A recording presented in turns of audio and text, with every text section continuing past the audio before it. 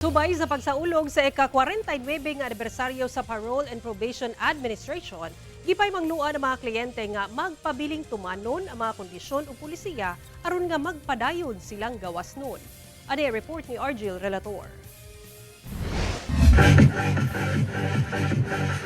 Aktibong misalmot ang mga personahe, stakeholders o partners ug ang mismong mga kliyente sa Parole and Probation Administration o PPA sa Davao City sa gipahigayon nga Zumba. Isip lakip sa mga aktibidad sa pagsaulog sa ika-49 nga anibersaryo sa maong ahensya ubos sa Department of Justice. Ang community ng Zumba nag-participated by the almost 3,000 probationers and community partners. Mao gayud ang pag-promote nato sa wellness among our clients, probationers, promised and pardonees, and to strengthen the partnership of our members of the Davao Justice Zone as well as those who have supported us.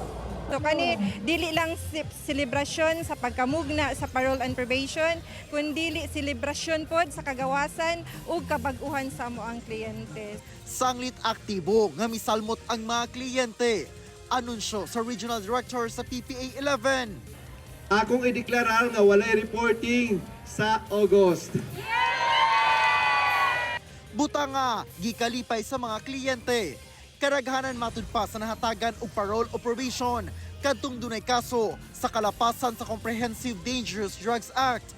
Ang ako lang hangyo gyud sa kliyente nga magpadayon sa pagkabag-uhan, magpadayon nga musunod sa mga patakaran, sa mga balaod para sa kalampusan sa ilahang probation ug dili na mabalik dito sa prisuhan. Ang PPA mao gitahasan nga mag-monitor sa mga individual nga gawas nun gikan sa prisuhan, human gihatagan og parole o probation. Nakatutok ang ahensya sa pagpatuman og programa alang sa rehabilitasyon o reintegration sa offenders aron mamahimo silang produktibong sakop sa katilingban. Kauban si Metro Awing sa kamera. Ako si Argel Relator. 1 Mindanao.